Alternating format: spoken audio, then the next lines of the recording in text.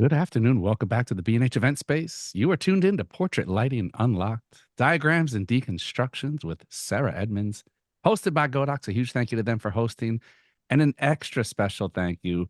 Our platform, our viewers, everybody loves you, Sarah. It's like you always get such a great response when you're on. Thank you for coming back on. I'm so delighted to be back. Thank you for having me. Of course. And now that you are on, I'm going to take the spotlight and put it solely on you. I'm going to tuck myself into the background and become a viewer and a learner myself. Everybody, if you do have any questions, feel free to drop them into the chat. Sarah is very good about getting to your questions. So, Sarah, take it away. I'll see you in a bit for some Q&A. Okay, I will go ahead and share my screen. And here we go.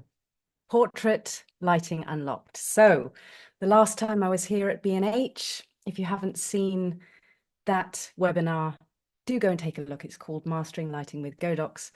And in some of the comments that I had and in some of the feedback, I love answering all of your questions and stay to the end for the Q&A because I would love to hear your questions, but also on the replay, if you have any questions, write them down in the comments because I will come back and I'll answer them. And I might even come back with another webinar as well, like this one, because somebody actually suggested to me that they wanted to see more lighting diagrams, the breakdown of where the lights are, and above all, why. So what have I chosen and why? That's what we're going to be doing here today. And there's a lot of material to get through. So hold on to your hats. It's going to be quite a ride. So I'm going to put this up at the end as well, but just in case, the Facebook group, please join. And I'm always in there ready to answer your questions as well. Love to hear from you there. And I'm going to move on because it'll all be at the end. Don't worry, I'm going to give you lots of QR codes at the end. What are we going to be doing for the next hour? I'm going to dive straight into the content, and that's unlocking portrait lighting diagrams.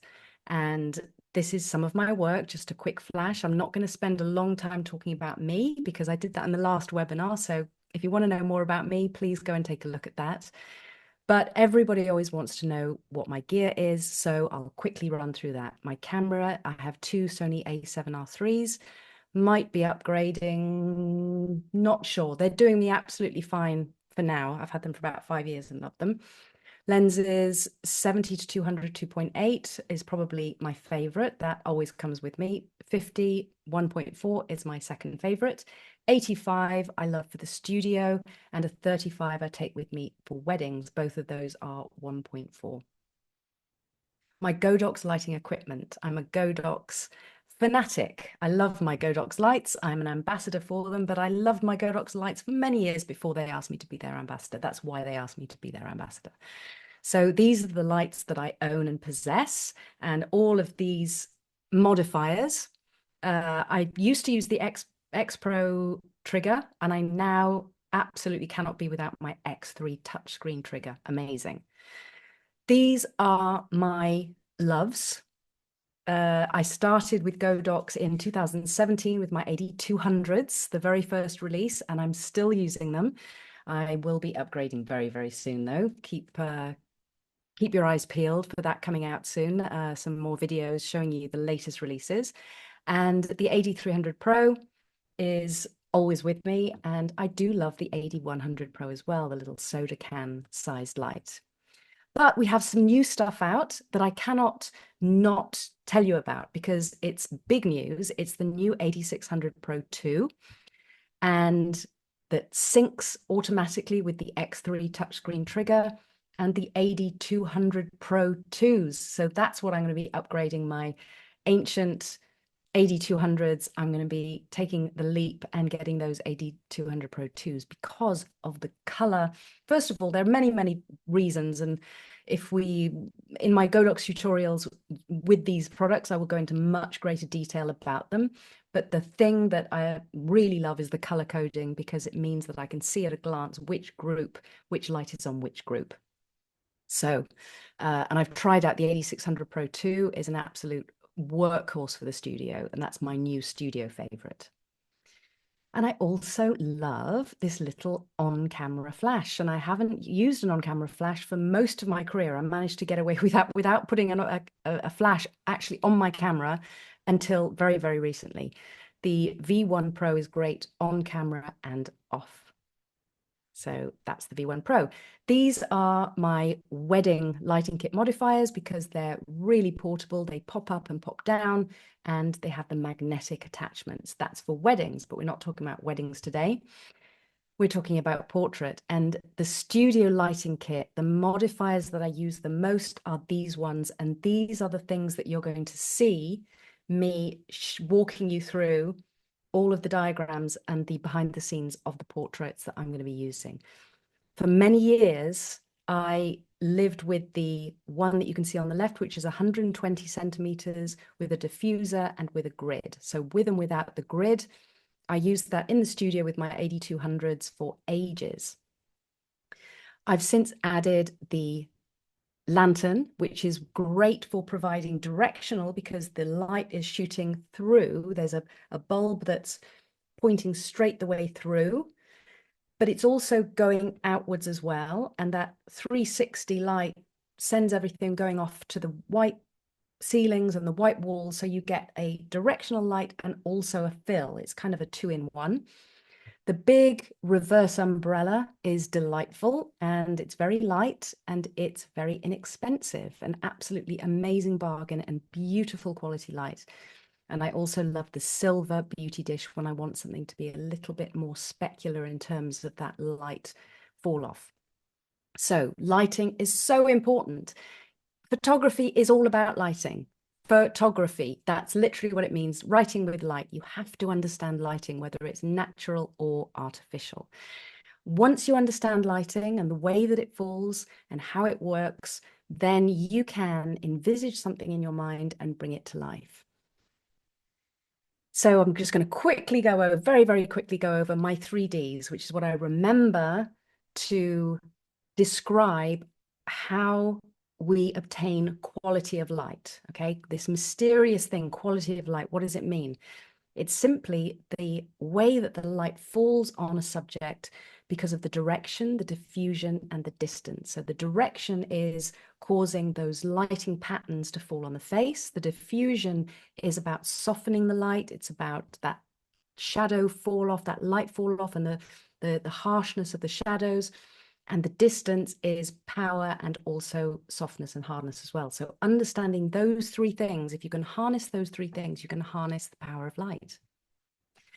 One key thing before we get stuck into the images and the diagrams is understanding the concept of feathering. Feathering simply means that you are, if you imagine a feather, you've got the spine down the middle, and then you've got the feathery bit going out to the side.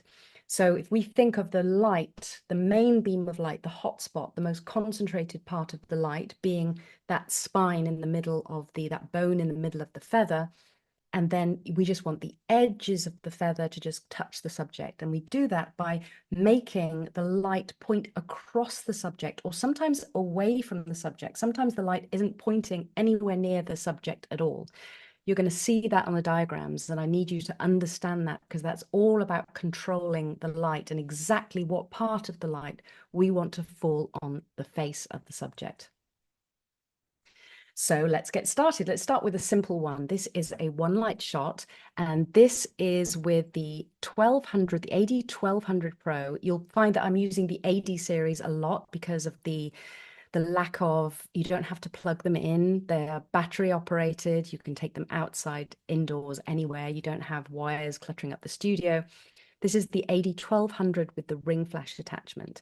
And I tried it on axis, but which gives a great, really, really sort of paparazzi look.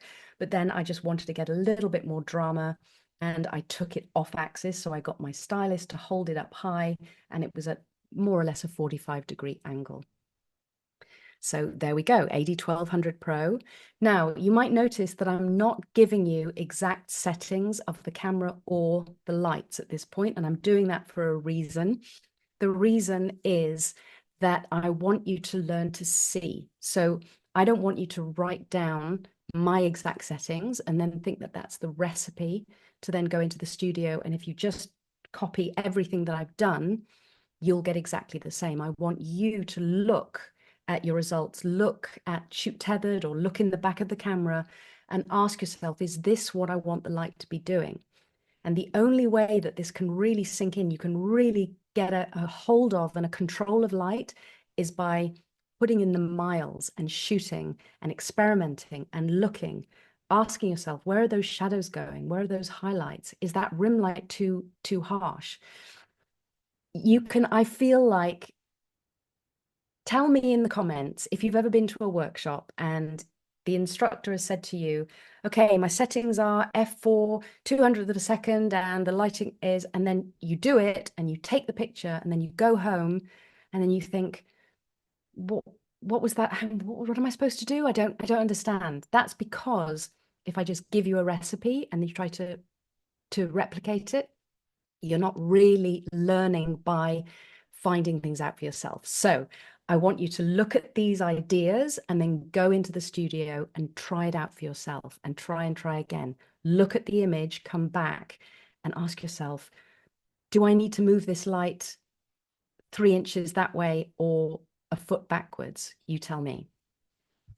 So this is another one light setup, and this is a very simple. It's let's go back and let me just take a look at the shadow under her nose. It's not a perfect butterfly, a butterfly being that shadow that's very central underneath the nose. It's not quite touching the lip, and it's in the shape of a butterfly, otherwise known as Paramount lighting or Hollywood lighting. It's slightly off. It's not quite central. That's because I didn't have a boom arm and I just needed to move the light stand out of the way so that I could be central. And that's all that is. Simple one light shot. And there you can see from a different angle. With this shot, I just took the 100, no, it wasn't. It was the 85 centimeter softbox. I turned it from where I was standing. It was camera left. I just put it behind the model. This was when I was doing a live broadcast, live shooting, and I still had 15 minutes left and I didn't know what else to do. And all of a sudden I thought, okay, I know what I'm going to do. Let's just turn this around. So that might be an idea to try. And I put the light behind the model. So there she is. She's standing in front of the light and there's nothing in front. Now, notice that she's close enough to the light that the light is wrapping around slightly and it's coming from the other side of the softbox and it's just lighting her cheekbone there and it's wrapping around her figure. So it's not a pure silhouette. If she had come slightly towards the camera, so away from the light, she would have been just pure black. But I positioned her so that I got a little bit of lighting around her. This is from a commercial shoot. And here I was shooting on location. So I had my AD 300 Pro and a reflector providing a clamshell setup. So this is pretty much, as you can see, I was holding the silver reflector very close to the model and quite flat. And I found that it needs to be at the right angle so that the softbox is providing light that's falling both on the face and hitting the reflector. So if it was just pointing down and hitting the reflector, then we'd have too much light coming up from below, which we don't want. It looks a little bit spooky. So it's about getting that balance. And in this case, I got a really nice fill, but it's not overpowering coming from that silver reflector. This is I was actually demonstrating a Rembrandt light setup for some students at a workshop. And it's just one light, one gridded softbox, very close to the model. And as you can see, it's providing that perfect Rembrandt light. But obviously, the Rembrandt light really depends on the angle of the model's face in comparison to or in relation to the softbox. So if she were to turn her face more, we would have had pure split lighting. So I had to spend just a few moments with the model saying, follow my nose. I usually hold my finger up and I say, bring your nose around, bring your nose around, bring your nose around. Okay, stop. It has to be very, very precise. When the light is gridded in that way, the light is very, very controlled. So you can see that that's enabled us to get this really dramatic look. So this was an AD600 Pro with a 120 centimeter gridded softbox, one light. This is also one light, but with a different modifier. Same, maybe it was a less powerful light. I think this might have been the AD300 Pro. And we have, remember the feathering that we were talking about? This is the reverse umbrella with diffusion. Now you can see on the 3D models, you can see that there isn't a diffuser. That's just because I wasn't able to put that in the software, but there was a diffusion sock over the front of that. So the light is pointing into the umbrella. So the light is pointing away from the model. And in this way, we get a really large, soft light that doesn't have that hot spot. That doesn't have that very hard hot spot if it were the other way round and pointing through a softbox. So the result, as you can see, is super soft, but still directional. And on the left there, you can see the extent of the feathering of that. So in this image, we still have one light, and it's the AD100 Pro. And it just goes to show you that you don't need a lot of power to create a lot of light. Really depends on your lighting settings. I love to shoot very shallow depth of field in the studio, and that allows me to get lots of power from even just a speed light. So in this setup, I've got the light in a softbox above the model and coming over her shoulder, pointing into V-flats that are then bouncing that light in a really soft way back into her. And it looks really, really soft. It almost looks like natural light. People struggle to tell me what lighting setup this is usually when I ask them what I've used here. I also had one of the little reflectors that comes with the softbox, the Godox softboxes that you can put inside. I've just used that as a little mini reflector. And there you can see from the other side. You might see this setup coming up again soon. This was also with one light, but it wasn't one shot, I will confess. But the only reason it's not one shot is because of the size of the white seamless backdrop. It wasn't big enough to hold all of the people. So I believe that this is 2 or 3 shots. And this is the setup. Here I've got the same reverse umbrella used with the AD300 Pro. It's pulled back a little bit to allow for a more even spread across the group. And again, it's feathered quite a bit. And there you can see. And then I put that together. One thing that I did to make this easier, because I actually did the headshots of these women, all of these women in one day, and I did a dark group where they were all dressed in black on a dark gray background. And I did the light, the high key setup. And I also did all of their headshots in both dark and white. So, and that was in one day.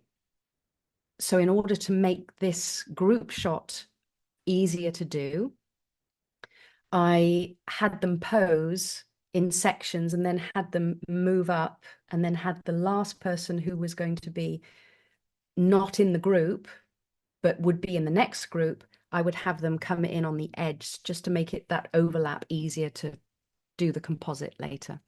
Don't know if that made sense. Happy to answer questions about that later.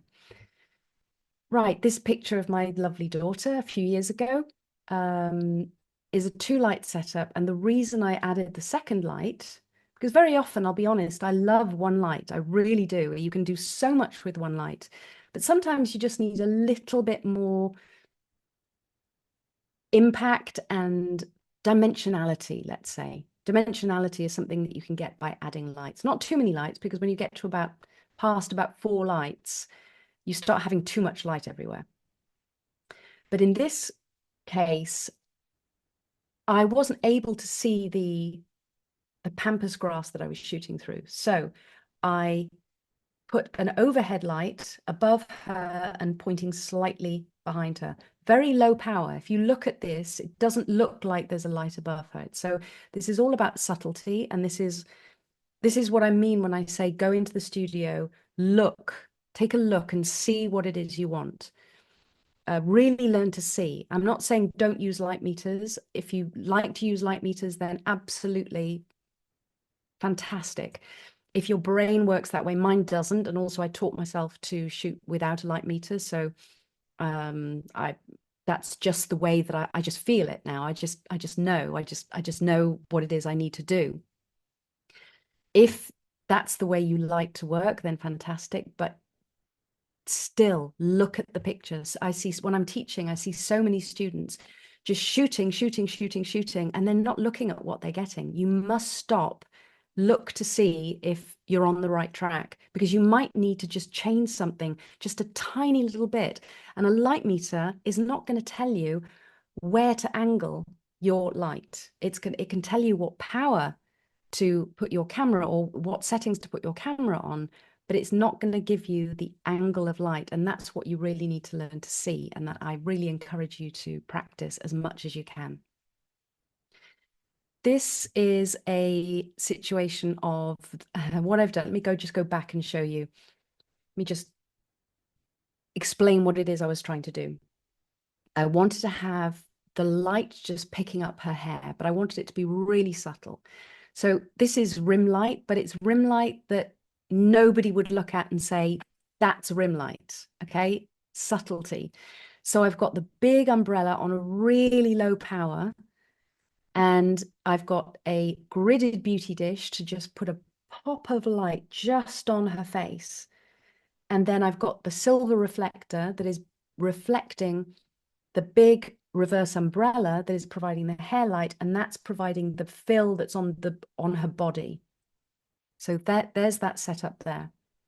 See the big umbrella just putting that tiny kiss of light on her hair, the gridded silver beauty dish, and a big silver reflector that is providing all of that light on her body that's much, much lower. So that was an AD300 Pro in the umbrella and an AD200 in the gridded beauty dish. And there you can see it from a different angle. With this shoot here, you'll see me using this over it again and again with different modifiers, but the overhead light, and that was because I just wanted to catch that hat that was on her head and just provide some overall fill. And then I've got the lantern softbox, which is that directional yet glowing, bouncing ball of light that is the lantern softbox. And that's providing the key light. So there it is from another angle. Very simple. And you can see that that lantern softbox is so soft. She's hardly got any shadows at all. There is a little bit coming down on her cheekbones, but really hardly any shadow under her nose at all. Oh, this is one of my favorite shoots. So with this one, I've got the beauty dish on the main subject, and on a lower power, I've got the AD200s lighting the background, but with gels, two different color gels. And the inspiration I got for that was I was actually shooting her with a bright white background. That was my original intention, was to have very high contrast black and white. And then I saw the way that the sequins reflected this fuchsia and the orange, and because it wasn't working with the white background, I didn't keep any of those images at all. It just wasn't working. And I just thought, we need more color. And luckily I had with me, I wasn't in my studio, I was in a rented studio, and luckily I had my gels with me.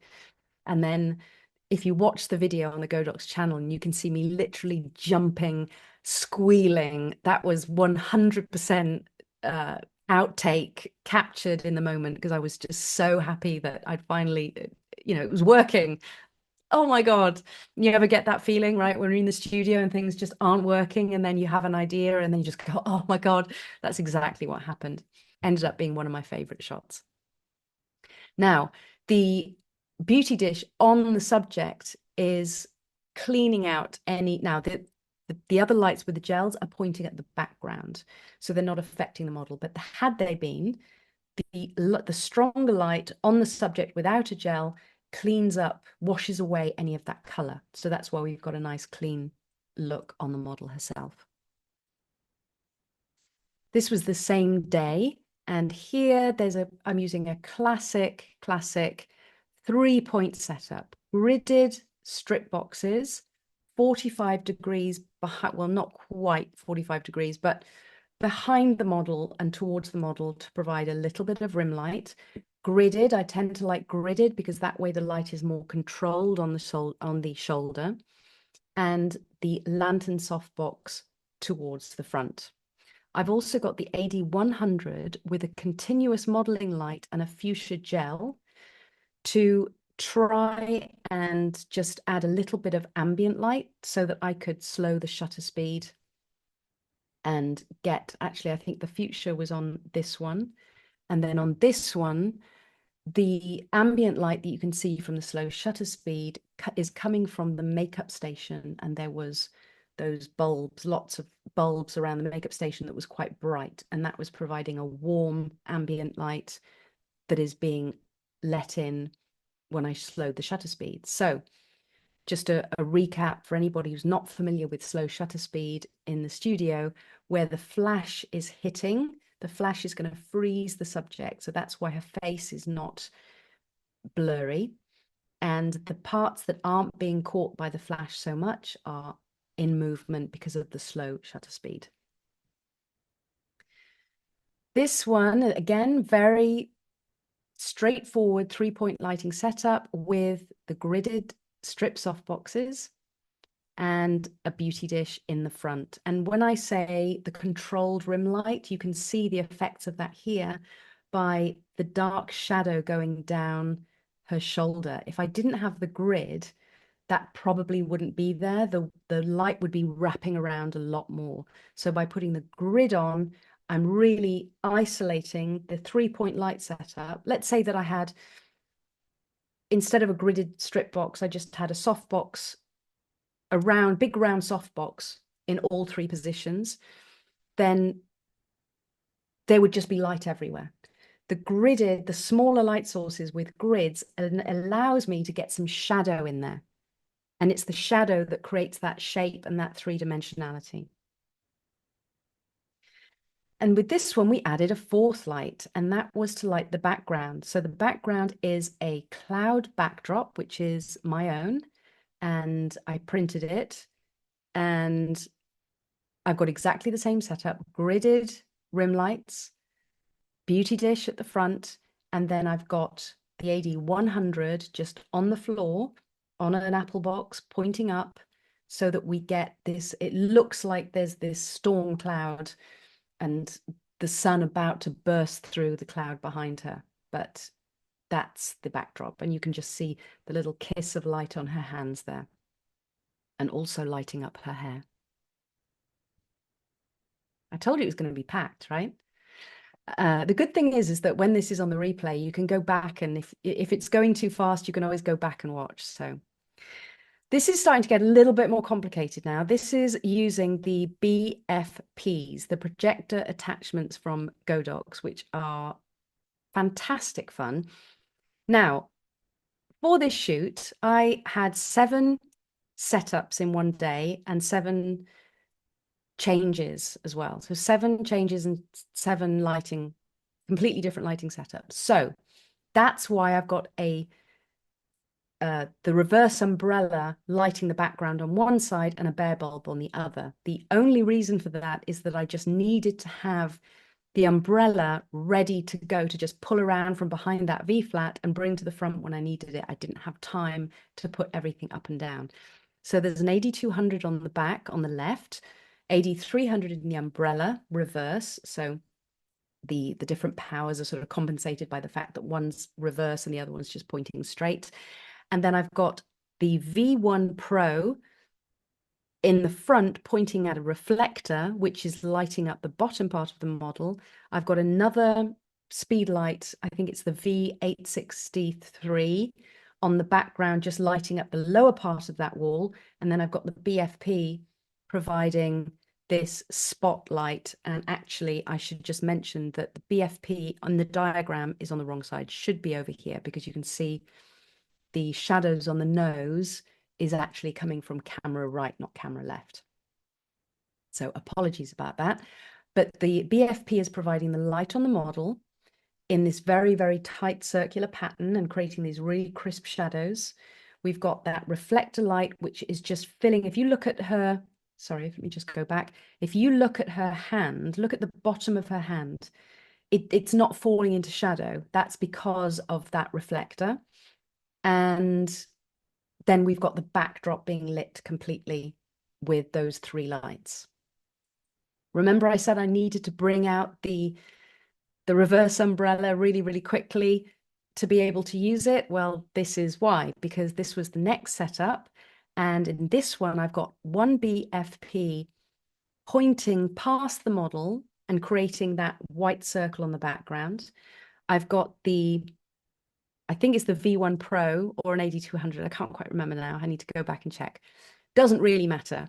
But one of the smaller lights with a yellow gel, a lime yellow gel, pointing up to the ceiling, because I wanted the light to come from the ceiling and fall down. And I didn't have the height to be able to do what I wanted to do. So I just bounced it instead. And that way the whole ceiling becomes the light source.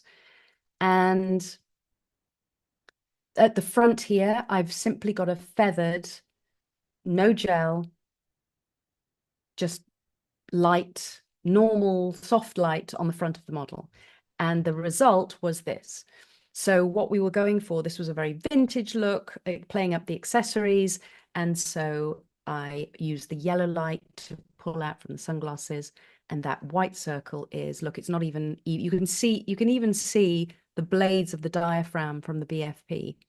So I haven't touched that in Photoshop at all, other than cleaning up a few blemishes on the skin and doing some color correction.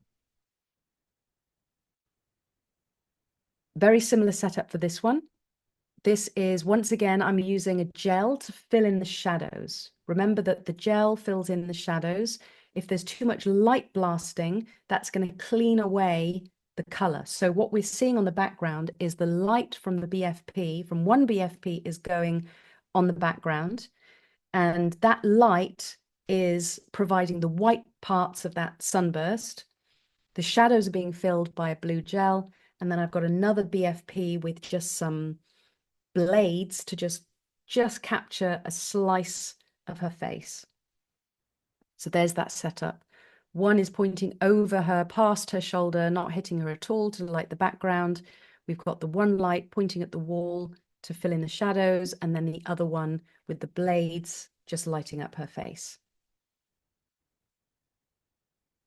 And as you can see, there's actually another light just lighting up the bottom part of her so she's not in complete shadow. Otherwise, the BFP is so controlled, her body would have been totally black. So I did add another little light just so that you can see her body.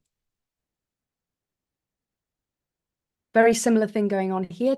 This is two BFPs, and that warm light is simply coming from the heater that was heating the model who was freezing in my studio. We couldn't get it warm enough for her. So I quite liked it though, so I left it, and I decided to just leave the bluish tinge towards the shadow at the top and that warmer part as well. That made me think though that perhaps I could add a light and provide more of a gradient like this one. So here we've got the light at the bottom pointing at the background.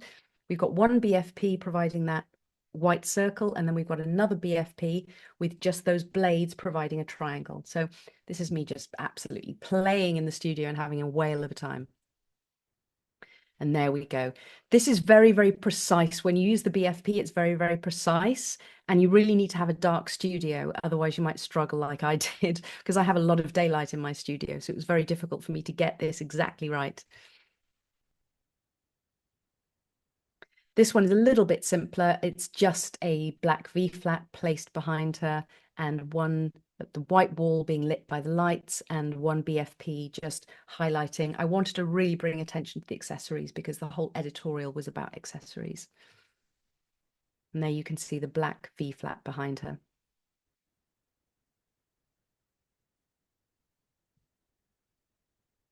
Using gels once again to fill in the shadows. This one is quite softly done because I wanted it to look like nighttime, like it's midnight. So this is in camera. So the fog was there. I had a fog machine, and the blue light is created with, once again, pointing at the ceiling. So a smaller light with it was an AD200 with a blue gel pointing up off the ceiling, and then a gridded softbox on our Cinderella there. And remember me saying about the light cleaning off the gel. So the light on her is stronger than the blue gel, and the saturation of the blue gel comes when the light is on a low power. If the light that you use the gel with is too strong, it will wash out the color. So for rich saturated colors, remember it only is visible in those shadows where there's just a little bit of light. That's when you get the saturation of the color. And there's the same setup, and then from a different angle. This was the same day, and just to keep things quick, I left the light that was pointing up to the ceiling. I left where it was. I just took off the gel, angled it down to her on a very, very low power to provide the tiniest bit of dimensionality. And no modifier because I just didn't have time. And then at the front, I've got my softbox just on camera right this instead. And there it is there. And this gave me the idea to put together this. So this was what I was trying to do. Alice Through the Looking Glass. And I had this frame. It's been in my studio for years. And I finally thought, oh, this would look great. I could have her coming through the mirror. But we couldn't quite get the pose right. It didn't quite work. So I decided to do it as a piece of digital art and as a composite. So here I've taken the picture of the frame and I've put it together with one of the other pictures of her with the teacup. And I did a lot of work on this. This is in 3 parts, and this is on my platform, which you can scan there and you can go and see. You can sign up to be able to see it if you want to. It's a long watch. It's 3 separate, I think it's 3 hours. But it shows you the whole process, and it also shows you my thought process as I'm thinking, maybe I'll try this. No, this isn't working. And then how I'm trying to create the illusion of the frame and the glass, which was very difficult. And I'm not quite sure I got there completely, but I'm about as happy as I can be with this one. So yeah, go and check it out. And there's the before, the during, and the after.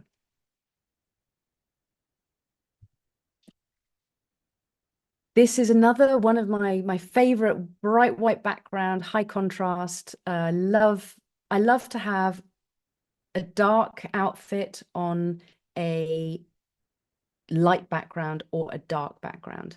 And this one, I just felt like the white background was really making it pop.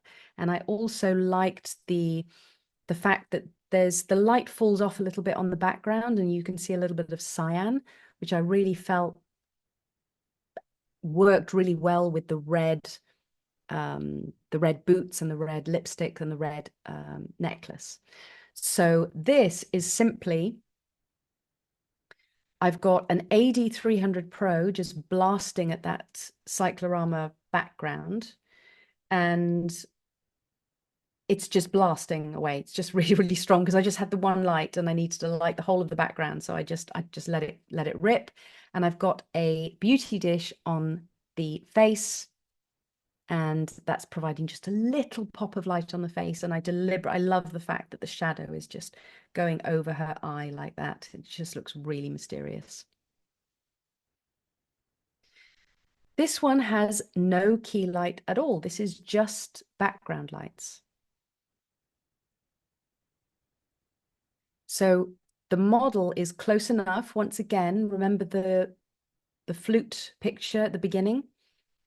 This one is similar, but there's a whole white background. So I've got two AD100 Pros, no modifiers, pointing at the backdrop and at an angle that's allowing the whole backdrop to be lit up and also a lot of light to come and onto her face. And I've got black V-flats, which are stopping too much light from coming into my lens and being hazy, because that's always a risk. If there's light coming into the lens, then you're going to get this washed out look. That did happen a little bit, which I compensated for in post-production, but I managed to block most of it. Here we have, again, the rim light. We've got a very soft light on camera left, lighting the model, and then a gridded softbox providing that dimension. And the giveaway for me is, once again, it's that shadow that is just creating that three-dimensionality that really looks like you can see the form of the body. Here we go.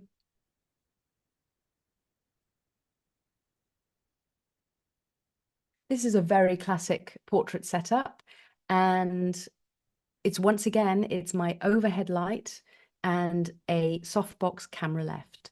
Now look at the sheen on her hair. You can see that it's very, very subtle, but it's there. And that comes from a softbox overhead in a boom arm. If you're able to get it completely over, then great. If you want it to light the background, you can have it closer to the background. If you don't want it to light the background, you can have it further forward. You do need to be careful that if it's overhead, it's not hitting the nose too much. It needs to be lower in power in relation to the key light enough that the key light is is the main source of light on the face and not the one that's overhead. So if you look at the picture, you can see that it's very, very subtle, that light coming from overhead.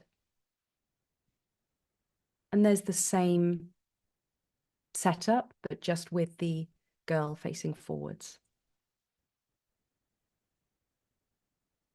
Now, you might be forgiven for thinking this is a natural light portrait. It isn't.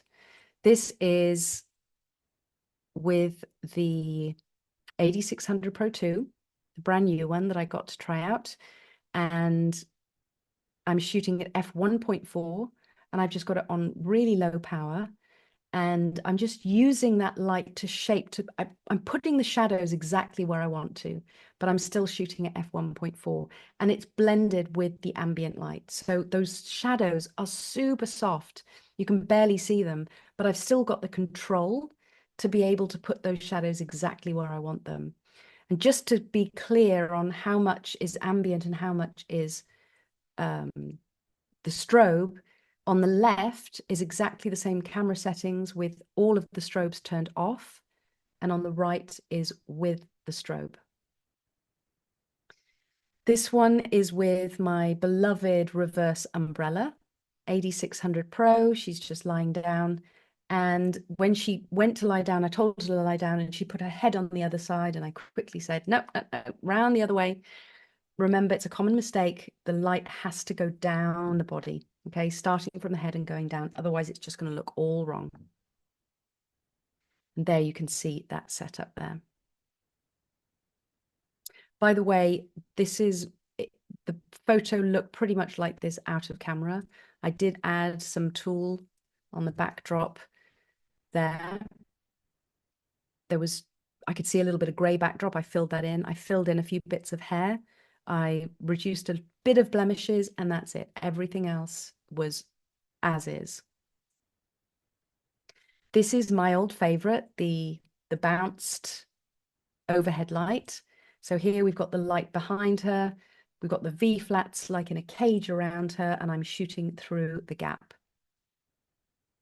I'm using actually a 50mm lens on this one, and I rarely use a 50mm lens that close on a subject, but it really made her look waif-like. So I'm tilting the 50mm lens and I'm up close and I'm deliberately distorting it, making her body look really tiny and her head look really big. It just gave this waif aspect that just suited this look completely. Going back to something a little simpler, this is shot with a speed light. This is the V1 Pro in the same reverse umbrella. And it's quite heavily feathered, as you can see. I'm shooting quite wide open. I think I'm at f2 here, which is about where I like to sit. I very rarely go more than about f4, really. And I prefer to stay around between f2, between f1.4, f2, f2.2, f2.8. That's where I like to shoot. Just because I get more power out of my light and I like the look, I like the way it looks. So that's that setup. Same setup for this one and for this one as well. And here you can see, let's play a video. So you can actually see the extent of feathering there. You can see that it's the V1 Pro. That's the speed light there in that bracket, pointing reverse. And by the way, I shot on that V1 Pro all day long for 7 hours, 7 different looks, and on one battery. It was amazing in the studio. Same V1 Pro. Same V1 Pro. And we're back to my favorite setup, which is this one, but just with the V1 Pro instead of the stronger light. And here we can see another video.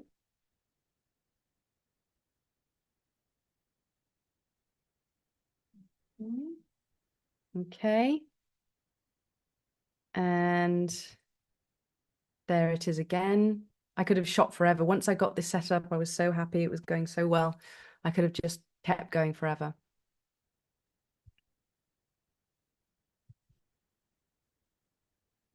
More video. So you can see it's just right behind her. And I'm shooting through a very, very narrow gap. Again, almost no retouching here, maybe a few blemishes. I didn't even get rid of her braces. And I just use one of my profiles to turn to black and white. Super, super quick. Same setup. And a color profile as well on that one. And here I just lifted up the light. Same setup, I just lifted it higher. And that gave me this beautiful hair light and still the softness coming from the bounce. And I'm shooting through the tiny crack there. I did retouch out the light stand at the top because I could see the light stand coming out of her head. Oh, okay. This is interesting. So here we were at a studio. I wanted it to look like, this was for an editorial, and I wanted it to look like a girls' night out, bachelorette party, bridesmaids and the bride getting ready together and having a night out. And here I wanted it to look like there was light streaming in through the window, and I've got the lantern softbox and I've got the Speedlight V8603 in the AKR21 projector attachment. So that's a speed light that's providing that pattern, and then the other light with the lantern softbox providing the fill. So there is that setup there. This is natural light. So there was actually a window there, and this is natural light. And I just told the model playing the bride to stay really, really, really still, and I got the others to move around while I was at a slow shutter speed. And the same shoot, then to give this sort of naughty nighttime vibe, I've just got the on-camera flash and a nice high shutter speed, probably at about 200th of a second, to make sure that those shadows were really dark and crisp. I wanted it to look flashed. I wanted it to look paparazzi-like, because This look is really popular right now in Italy. Everybody goes nuts for this. The models loved this. They thought this was absolutely fantastic.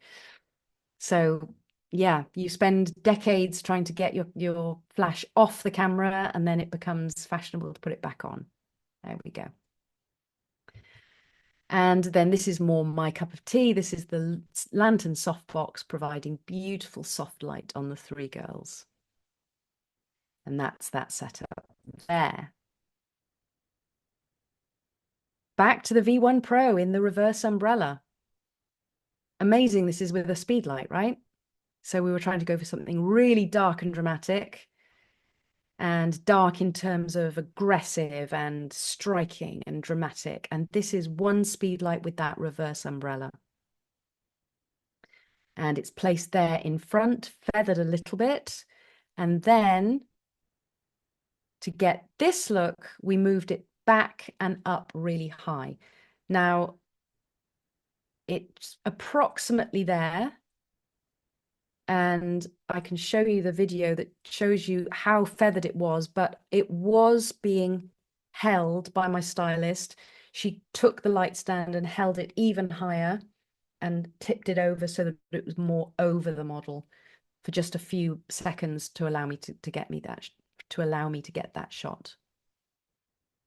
Now, as we draw to a close, I have a challenge for you. If you're watching this live, if you can guess the setup, doesn't count. If you know me and I've told you, then it doesn't count. But if you don't, if you can guess this setup, what lighting I used, I will give you a present. The first person to get it right in the chat, I will come and look, and the first person who says it, I will contact you and I will give you a gift. Okay? Just give you a second to have a look. Not too long.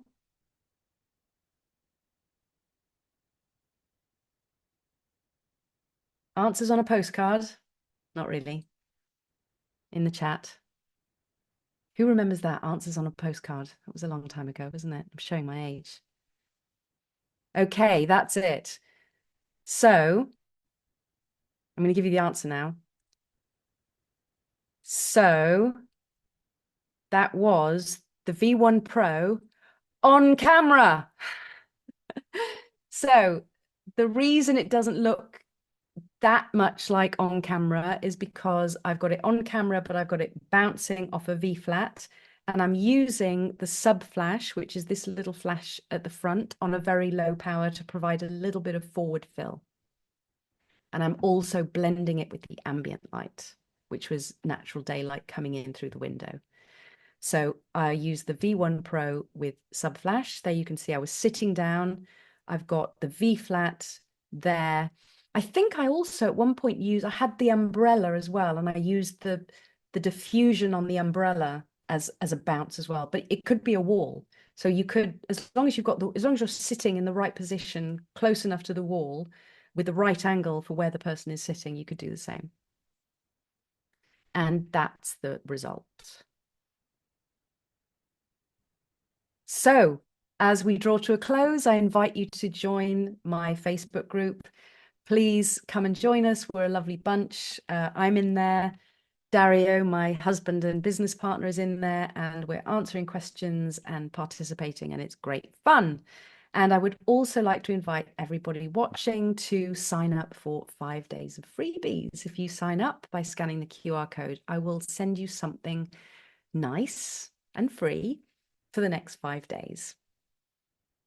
So with that, I will hand back over to Derek. Thank you very much. And I would love to answer some questions. That was awesome and extensive. I was expecting like half of the diagrams. I'm like, man, we would have been good with like people come on, share like 3 different diagrams. I'm like, I feel like we got the whole catalog there. Oh no, I've got loads more. Like, man, there's 200 more. I'm like, man, what am I doing with my life? I need to get on it. I need to get on it, Sarah. We're gonna start it out here. Well, I do want to point out Tracy in the chat said V1 Pro. Trish said bouncing with the V flats in front. West Coast Vivi said V1 Pro feathered in an umbrella. Your people do know you. Yeah, they do. But did they guess on camera though? Did they guess on camera? Nobody said on camera. Nobody said, and I'm embarrassed to tell you my guess because What was your I guess? never would have said on camera. I thought you would have had the big octa or the big umbrella over, and I'm like, man, shows how much I know. I'm No, retiring it's a today. deliberate trick though. It's a deliberate trick because to be fair, I did have the V flat positioned exactly where I wanted it. So, it's a little more difficult to just get that bounce just wandering around a reception room, for example. But, I did it on purpose, so it's I knew there okay. was going to be a trick in there. I'm like, I know I'm wrong. That's why I'm gonna keep my mouth shut. But all right, let's get to some questions here. Tracy's asking, what degree grid do you use for your beauty dish? Oh, I can't tell you the exact degree, but it's small, small, small, the Okay. smallest, really, really small, because I want to keep it nice and tight. Okay. Another question regarding not using a light meter or a gray card for measuring the exposure. Vivi is assuming you don't work with lighting ratios. Do you ever work with lighting ratios, or you just No, go based on feeling? yeah. I I just look and I will, if I'm really being good, I will layer it. So I will do the overhead light first and the rim lights so I can see it without seeing anything else. But I know what it wants to look. I do use the histogram extensively. Okay. So I go by what I can see on the image, but because the image can sometimes not tell us the truth on the back of the camera, it's better if you're tethering, but I can't tether if I'm at a wedding. I do look at the histogram and I try to get I have the JPEG set up in camera so that the the histogram is going to be close enough to the raw file to be reliable. So I don't have any settings in the back of the camera so that the JPEG is going to throw me off, if that helps. Okay. Yeah, I mean, it's a beautiful time to be a photographer right now because for every photographer that's like there are still a lot of professional photographers that use light meters, they use gray cards, they swear by them, they say everybody should, but I'm kind of I go based on it's like if you know and you have experience, you can kind of dial in close to where you want to be first time out, and then it's just little adjustments here Yeah, and there. You're able to see there's no everything. there's no right way, there's no wrong way. There are Yeah, some people who swear by light meters, and that's great. My brain just doesn't work that way. And same. if somebody says to me the inverse square law, my brain just goes, I don't want to have anything to do with that. No, no, no, no, no. But the fact is, I understand the reverse, what is it, the inverse square law. I understand how it works, but only because I had to do it the hard way by just practicing and getting a feel for it. So now I just feel it instinctively. I just know that I need to pull the light back for the spread to be more even. I know that, but I just spent a long time practicing. But the good thing about doing that, and as I say, there's no right way, there's no wrong way. The important thing is to get there. And the important thing is to be able to see what it is you're doing and be able to say, this isn't what I want it to look like. I need to change this, or let me try this. Okay, now it's working. And this is what I think is the step that people don't have. And if you rely too much on things like numbers and ratios, then a little that's taken away from you a little bit because there's no perfect ratio. My rim light might be so subtle and slight that it goes against what somebody else might say is correct. So it's all subjective. This is an art. It's an art form. What we do. There's no. It's entirely up to you what you want your image to look like. Exactly. And I love that approach. I mean, I'm the same way. And I kind of feel it's like exposure in general with cameras now. The camera's giving you an exposure based on a mathematical calculation. The camera doesn't Mhm. know, is this what you want? It's not telling you this is a good exposure. You know what a good exposure is. It's like Exactly. the image of the silhouette or the almost complete silhouette. Exactly. A camera's going to spit out a calculation. A camera doesn't know, well, does Sarah want a full silhouette or does she want 90% silhouette with a little bit of detail? And that's where you come in. And I feel like sometimes people rely too much on the technical aspect. And sometimes you just have to have, I mean, a big part of it is your intent. I feel like you're very intentional. You know the look you want to go for. You know how to get there, more importantly. And that's what it comes down to rather than the calculation. It's okay, if I'm not where I want to be, I know what I need to change or what I need to move around to get to what the Well, vision you, is. you say I know, but I don't always know. So, All right.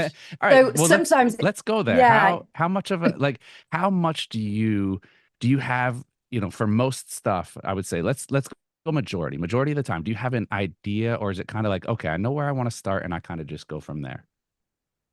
I'm very instinctual, so I will have a feeling that things are going terribly, terribly wrong, and I need to fix them in the studio. So I'll feel it in my gut. This isn't working. I need to change something. So at that point, if I feel that, I know that I need to stop, just take a few minutes, look, try something else. Perhaps I need to do this. And then when it works, I'm euphoric. So this is something that I feel, and I can't, there's no equation for me, the way that I work, there's no equation for that. I just have to, and that's why I love doing what I do.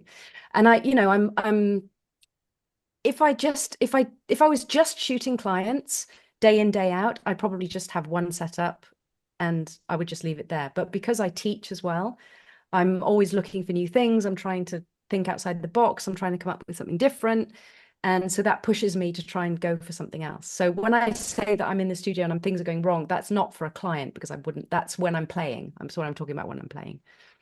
How many setups do you generally like if it is client work? If it's something where they're open and it's not like, hey, we're going for a specific look, how many looks are you going to, or what kind of light kit are you gonna bring everything out and stick to two No, setups, or no, no, no, no. I would, as I said, I worked for many years with the AD 200s, and sometimes I'd start off with natural light because I have this beautiful light in my studio, which is just gorgeous. It's very, very flattering. So I can just have everybody facing towards the window and everyone looks gorgeous. Everyone looks wonderful. If I want something a little bit more dramatic, then I'd pull out the light. But one, maybe two, probably.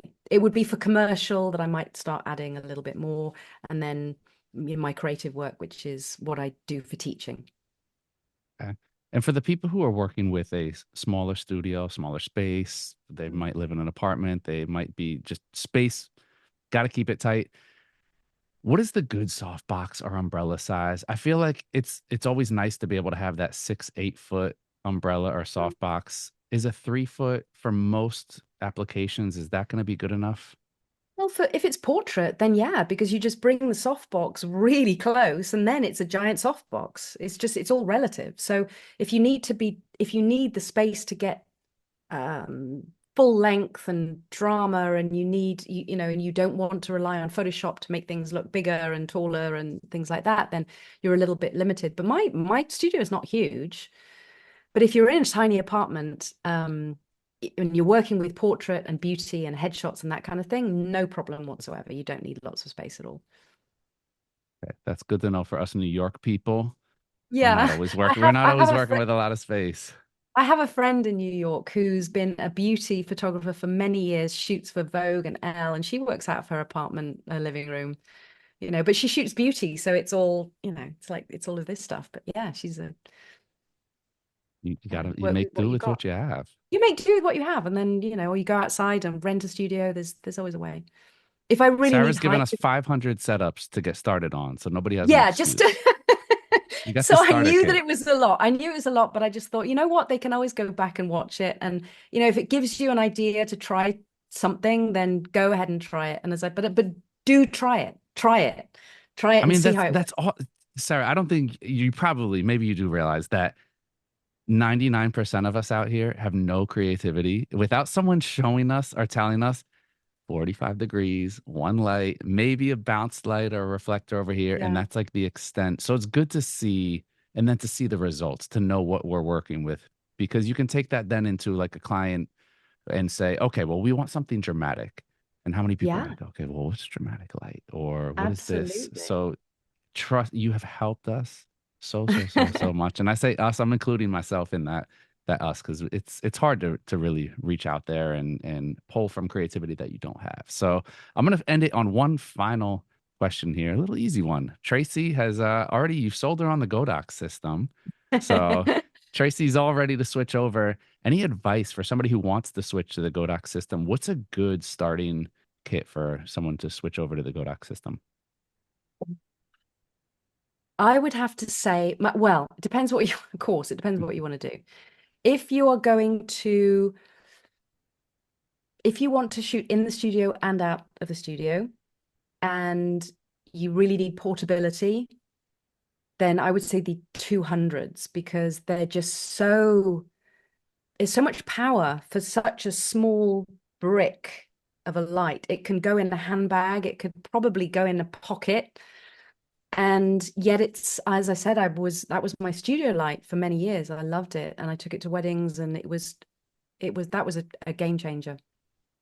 If you want a workhorse for the studio with the fast recycle times, with the power that will give you, you want to shoot f8, you need a little bit more power, then I think the new 8600 Pro 2s are amazing. Another good flexible one is the 300. Once again, it's portable, not as portable as the 200s, but weddings, I take with me always the two 8200s or three and the V1 Pro and the 8300. So the 8300 comes out for the group shots. The 200s are for the receptions and the V1 Pro is on camera. So, and it's used as a trigger to set everything else off. In the studio, I've got the 600, the 200s and the 300. So it really, you've got to weigh up portability with power. What are your priorities? But I get this, people write to me with this all the time, and yeah, It's not one I'm size fits happy to all. answer. So. Yeah, it's hard to, yeah, it depends on what you're using it for. Some Yeah, people don't want to carry a lot of gear, some people aren't able to, and some people yeah. like to bring everything to every shoot. So that's a If good I if starting point. okay, let me put it this way: if you said you can only keep one, it would be the 200. Okay. And that's like the balance of the most between power, versatility, and being able to do Yes. it's the most versatile. Yeah, especially for the way I shoot, because in the studio I like to shoot at f2 anyway, so I don't need a whole bunch of power. So if I Mhm. had to choose, it would be my 200s. Yeah. And I feel like it's probably pretty fair to say a lot of people are people who aren't experienced or who don't know what they need. They can probably get away with way less than they think they need. Everybody thinks they're going to be overpowering the sun, or there's always like a what if. And then when you actually do get it, I've bought very powerful lights, and half the time I'm like, why? Now they're too big to bring out, they're too heavy, they're too big to carry around. I probably could have done with a speed light to be really real, Yeah. but even Well, like you said, like a 200 size. that's actually my advice to people when they're starting out with lights. I say just get a speed light. Just get a speed light, the simplest, cheapest speed light you can get hold of, and just master that and then think about investing money. Because I have people, they have tiny studios and they've bought 1,000 watt power light, and then they're like, everything's too bright. I don't know how to, and they've got to put a neutral density filter on their lens to try and get down. So yeah, you do often need a lot less than you think. Yeah, it's true. Look at that. A camera retailer telling you not to go out and buy everything. Start Well, simple. I would, I have all of the toys, so I'm not one to speak. I'm not one to talk. Yeah, no, I agree. I think that's great advice. Start simple, master it. That's the most important thing. If you can't Yeah, master a yeah, speed light, absolutely. you're not ready for anything else. Sarah, it's Exactly. always great having you on. Beautiful, beautiful body of work.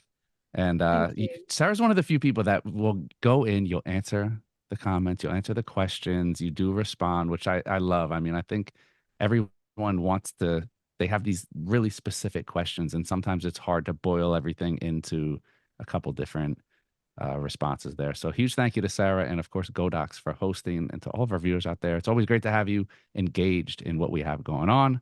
Head over to YouTube if you haven't already. You can find this and all of our other recorded content. On behalf of Sarah, Godox, the rest of the B&H team, that is it. Another edition of the B&H virtual event space now in the books. Catch y'all next time.